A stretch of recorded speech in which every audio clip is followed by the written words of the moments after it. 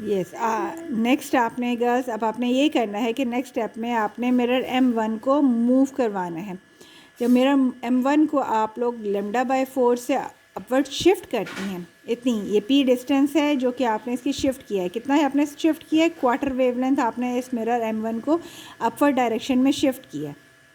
अब शिफ्टिंग से क्या होता है, अब जो लेंथ L1 थी वो λ/4 इंक्रीज़ कर गई है। अब वेव जो है वो इंसिडेंट होती है प्लेट A पे और रिफ्लेक्ट बैक होती है अपवर्ड डायरेक्शन में λ/4 ट्रैवल करती है, और λ/4 वापस वो अगेन ट्रैवल करती है।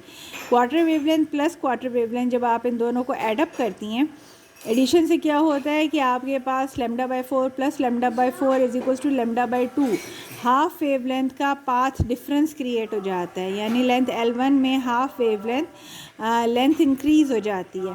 अब जो वेव यहाँ से मूव करके ऊपर वाले मिरर से, इस वाले मिरर से रिफ्लेक्ट बैक होके नीचे आ रही है, वो एक एक्स्ट्रा हाफ वेवलेंथ का पार्ट डिफरेंस कवर करके आ रही है। ये लेंथ L2 फिक्स थी, उतनी की उतनी है। अब L1 जो थी वो λ/2 इंक्रीज़ हो गई है। अब जो दोनों वेव्स नीचे आके इंटरफेयर करती हैं तो वो इस डार्क स्पॉट के बजाय एक ब्राइट पोर्शन क्रिएट कर देती हैं, यानी पहले डार्क पोर्शन में डिस्ट्रक्टिव इंटरफेरेंस हो रहा था, अब ब्राइट पोर्शन में कंस्ट्रक्टिव इंटरफेरेंस होने लग जाता है। अब आपने क्या काम करना है फर्दर, नेक्स्ट में अब आपने इस मिरर M1 को फर्दर एक और क्वार्टर वेवलेंथ ऊपर शिफ्ट कर देना है। जब और मूव करना है तो अब आपके पास जो वेव नीचे से आ रही थी वो λ/4 प्लस λ/4 प्लस λ/4 प्लस λ/4, 4 टाइम्स आप λ/4 ऐड करें तो फुल वेवलेंथ बन जाती है।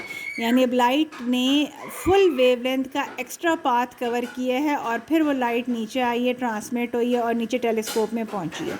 तो अब आपके पास जो लेंथ L1 कवर करी थी वो एक्स्ट्रा फुल वेवलेंथ का पार्ट डिफरेंस कवर करके आ रही है। ये तो पहले ही L2 कवर करके आ रही थी, ये L2 तो उतना ही फिक्स था। अब पाथ डिफरेंस जो है फुल वेवलेंथ का आ गया, तो ब्राइट दोबारा से डार्क में कन्वर्ट हो गया। यानी पहले डार्क फ्रिंज ऑब्टेन हो रही थी, फिर ब्राइट फ्रिंज ऑब्टेन हो गया, फिर डार्क फ्रिंज ऑब्टेन हो गई, उसके बाद फिर ब्राइट होगी।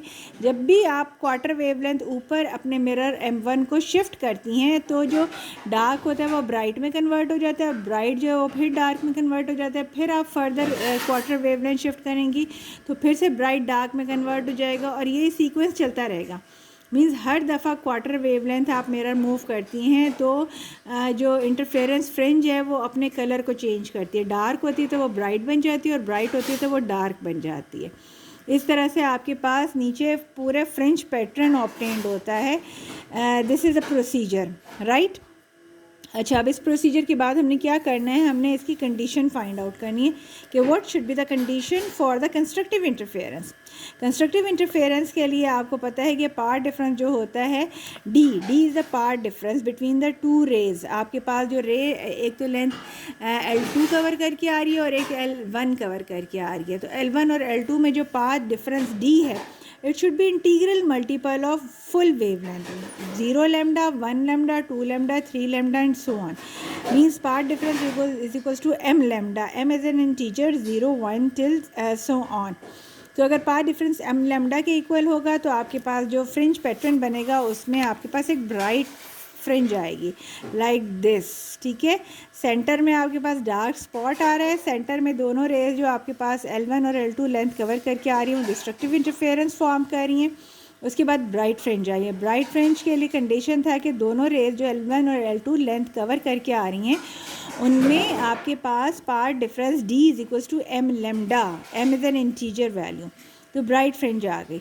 उसके बाद आपके पास आ रही है condition for destructive interference. Destructive interference के लिए जो पार्ट डिफरेंस है it should be odd multiple of, यहाँ पे आपके पास है 1 1 3 5, these are odd numbers, odd multiple of λ/2, λ/2, odd multiple of λ/2, odd multiple of λ/2, तो odd multiple of half of the wavelength, और multiple of half of the wavelength के equal अगर आपके पास पार्ट डिफरेंस है तो आपके पास जो फ्रिंज बनेगी वो डिस्ट्रक्टिव इंटरफेरेंस की वजह से डार्क बनेगी। So D is equals to m plus half of lambda, यानी एम की वैल्यू अगर आप ज़ीरो पुट कर दें, एम की वैल्यू ज़ीरो पुट कर दें तो ये लेमडा बाई टू फर्स्ट वाली कंडीशन बन जाएगी। एम की वैल्यू अगर आप वन रख दें तो 3/2 लेमडा बन जाएगी, और अगर एम की वैल्यू आप 2 रख दें तो 5 लेमडा बाई 2 बन जाएगी। So what is the condition for destructive interference? It is d is equals to m plus half of lambda. Okay, ये आपके पास अब कंडीशन आ गई है। अब आपके पास आ जाता है, यहाँ पे वो बता रहे हैं सारा प्रोसीजर जो मैं अभी आपको एक्सप्लेन कर भी चुकी हूँ कि alternate bright and dark fringes कैसे बनते हैं। वो ये कह रहे हैं कि आपके पास जो मिरर है M1, what is mirror M1? ये वाला, ठीक है, जो ऊपर रखा हुआ है mirror M1। Mirror M1 is moved through a distance quarter wavelength backward, यानी मिरर M1 को आपने, इस मिरर M1 को आपने क्वार्टर वेवलेंथ बैकवर्ड ऊपर की तरफ मूव कराना है। जैसे कि मैं इस फिगर में आपको अभी दिखा रही थी, ये वाला मिरर M1 जो है क्वार्टर वेवलेंथ, इसको आपने ऊपर की तरफ बैकवर्ड मूव करवाना है। तो मूव करवाने से क्या होगा? Then the part difference between the two beams will be equals to lambda by two. Lambda by two कैसे पार्ट डिफरेंस बना? Lambda by 4 path difference wave को ऊपर जाने में और रिफ्लेक्ट बैक होकर लेमडा बाई 4 नीचे आने में। तो पार्ट डिफरेंस कितना हो गया? Lambda by 4 plus lambda by 4। इन दोनों को अगर ऐड करें तो वो बनता है 2 times lambda by 4 which is equals to lambda by 2। Lambda by 2 total path difference extra cover हो रहा है वेव को ऊपर जाने और नीचे आने में। सो यहाँ पे अब आप देखें कि आपके पास the part difference between the two beams will be equals to lambda by 2 and dark fringe will be seen. यानी जब भी आपके पास integral multiple 1 times lambda by 2, 3 times lambda by 2, 5 times lambda by 2 part difference आएगा तो आपके पास dark fringe obtain होगी, ठीक है। When the mirror M1 is further move through a distance lambda by 4 then the part difference will be lambda. मज़ीद उसको ऊपर lambda by 4 चढ़ाएँ तो लेमडा बाई 2 पहले पार्ट डिफरेंस था, इसके बाद दोबारा से आपके पास क्या हो रहा है? Lambda by 4 plus lambda by 4 plus lambda by 4 plus lambda by 4। ये these are 4 lambda by 4s। इनको अगर आप ऐड करें तो आपके पास आ जाता है 4 टाइम्स लेमडा बाई 4, 4 से 4 cancel which is equals to 1 लेमडा। तो 1 lambda integral multiple of full wavelength आपके पास जब आए, integral multiple of full wavelength आए तो आपके पास ब्राइट फ्रिंज ऑब्टेन्ड होती है। पहले आपने जब एक दफ़ा क्वार्टर वेवलेंथ ऊपर शिफ्ट किया था तो आपके पास इन दोनों क्वार्टर वेवलेंथ को ऐड करने से 1 टाइम्स लेमडा बाई 2 का पार्ट डिफरेंस आया था, डार्क फ्रिंज ऑब्टेन हुई थी। मज़ीद एक और आपने लेमडा बाई 4 और शिफ्ट किया तो टोटल पार्ट डिफरेंस 1 लेमडा का फुल वेवलेंथ का पार्ट डिफरेंस आ गया। अब की बार आपके पास ब्राइट फ्रिंज आएगी। पहले आपके पास हाफ वेवलेंथ पर डार्क आई थी, फुल वेवलेंथ पे आपके पास ब्राइट फ्रिंज ऑब्टेन होगी। इसी तरह से मज़ीद अगर एक और क्वार्टर आप ऊपर चढ़ाएंगे मिरर M1 को तो आपके पास फिर क्या होगा? आपके पास फिर डार्क फ्रिंज आ जाएगी। मज़ीद क्वार्टर और ऊपर चढ़ाएंगे तो डार्क के बाद फिर ब्राइट आ जाएगी एंड सो ऑन। ये प्रोसीजर चलता रहेगा। जैसे जैसे आप मिरर को M1 को ऊपर मूव कर रही हैं आपके पास डार्क ब्राइट में कन्वर्ट हो रहा है, फिर ब्राइट डार्क में कन्वर्ट हो रहा है, डार्क फिर से ब्राइट में कन्वर्ट हो रहा है एंड सो ऑन। तो यहाँ पे वो यही बता रहे हैं कि अब आप क्या कर रही हैं? Thus the mirror M1 is move slowly through a distance quarter wavelength each time bright and dark fringe will appear alternatively, ठीक है। आपके पास 3 बार bright and dark fringes obtain होते जाएंगे। अब आपके पास माइकलसन इंटरफेरोमीटर को यूज़ करने का मेन मकसद क्या था? मेन इसका ऑब्जेक्टिव ये था कि आपने जो पीछे से आपने लाइट सोर्स यूज़ की हुई है, ये जो लाइट सोर्स यूज़ की हुई है इसकी वेवलेंथ आपने कैलकुलेट करनी है। इसकी वेवलेंथ क्या होती है? लेमडा कैलकुलेट करनी थी। अच्छा देखें, यहाँ पे वो ये कह रहे हैं कि आपके पास इसका मेन पर्पस क्या होता है माइकलसन इंटरफेरोमीटर का? To find the wavelength of the light used. ये इसका मेन पर्पस है, to find the wavelength of the light used. Let m be the number of fringes. Fringes are observed. m आपके पास कौन से number of fringes आपने ये count करने, ठीक है। ये आपके पास 1 डार्क है 1 ब्राइट है, सेकंड डार्क है सेकंड ब्राइट है, थर्ड डार्क है थर्ड ब्राइट है, फोर्थ डार्क है 4 ब्राइट है। तो m आपके पास order of bright and order of dark fringe होता है। तो आपने m number of fringes count करने When the mirror M1 is moved backward through a distance lambda by 4 each time, then the total distance P is, आपने P distance को total को मैयर किया। देखें आपने M number of fringes count करने, एक दफ़ा आप क्वार्टर ऊपर लेके जाते हैं मिरर को और एक दफ़ा नीचे। ये मिरर M1 को आपने एक दफ़ा क्वार्टर वेवलेंथ ऊपर लेके गए, एक दफ़ा क्वार्टर वेवलेंथ लाइट वापस रिफ्लेक्ट बैक होके आई। तो एक दफ़ा आपने जब डिस्टेंस P कवर किया है, डिस्टेंस P आपने मिरर को ऊपर मूव करवाया है, उससे क्या हुआ है, M order of fringes change हुए हैं और जो वेव है वो क्वार्टर वेवलेंथ एक्स्ट्रा ऊपर मूव हुई है और एक्स्ट्रा नीचे मूव हुई है। So P distance is equals to M times lambda by 4 plus lambda by 4 means this is the total distance P। इसमें मिरर M1 को आपने मिरर M1 को यहाँ से लेके यहाँ तक आपने मूव करवाया है, जिससे वेव ने extra lambda by 4 plus lambda by 4 extra distance cover किया। Lambda by 4 plus lambda by 4 is your lambda by 2।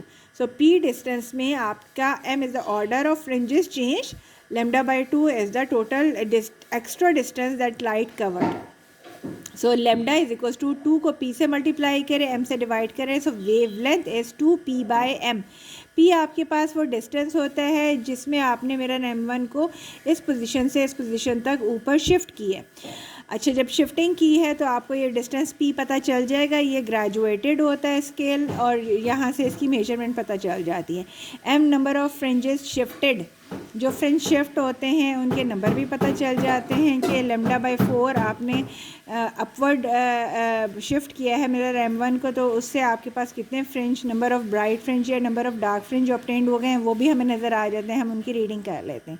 सो इस तरह से आपको wavelength of your given source, उसकी वेवलेंथ आप यहाँ से इस फार्मूले से ऑब्टेन कर सकते हैं। P is the distance which is travelled by the mirror M1 and M is the order of bright और डार्क फ्रिंजेस, जो कि आप टेलीस्कोप से कैलकुलेट करती हैं, इनको डिवाइड कर दिए, 2 से मल्टीप्लाई करती हैं and you will get the wavelength of the required source of light. Okay, this is it. ये आपका एक टॉपिक कवर हो गया। It is a very important topic. इसको बहुत अच्छे से प्रिपेयर कीजिएगा कि what is Michelson interferometer, what is its principle, what is its function and what is its main objective and में, what is how can you obtain, how can you calculate, how you calculate the wavelength of the given source of light. So ये आपका पूरी इसकी calculation थी। No example 9.3, you have a red laser light. Again this is infrared laser light है आपके पास, जिसकी wavelength 630 nanometre, ये उसकी सिंगल फिक्स्ड वेवलेंथ होती है रेड लेज़र लाइट की। It is used in Michelson interferometer while keeping the mirror M2 fixed and mirror M1 movable. The fringes are found to be past a fixed cross hair in the viewer, यानी cross hair होते हैं आपकी cross wire like this. Telescope में आपके पास इस तरह की एक क्रॉस वायर बनी होती है जिसके सेंटर में डार्क आता है, फिर ब्राइट, फिर डार्क, फिर ब्राइट, इस तरह के फ्रिंजेस ऑब्टेन होते हैं।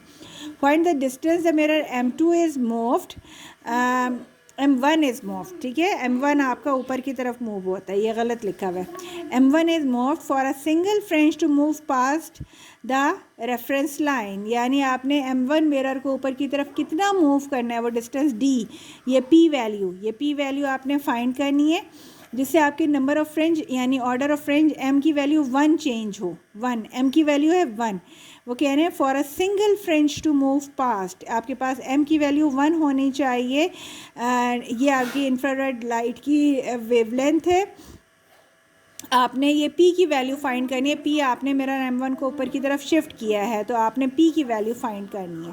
तो अगेन आपके पास ये P का फार्मूला क्या होता है, यहाँ से P is M lambda by 2, M lambda by 2। M order of fringes हैं, 1 ऑर्डर ऑफ फ्रिंज है। Wavelength of the red light, nano को आपने ओपन करना है 10 to the power -9 और 2 से डिवाइड करना है। इसको सॉल्व करेंगे या नैनो को ना भी करें तो 315 नैनोमीटर, नैनोमीटर में वो आंसर दे रहे हैं।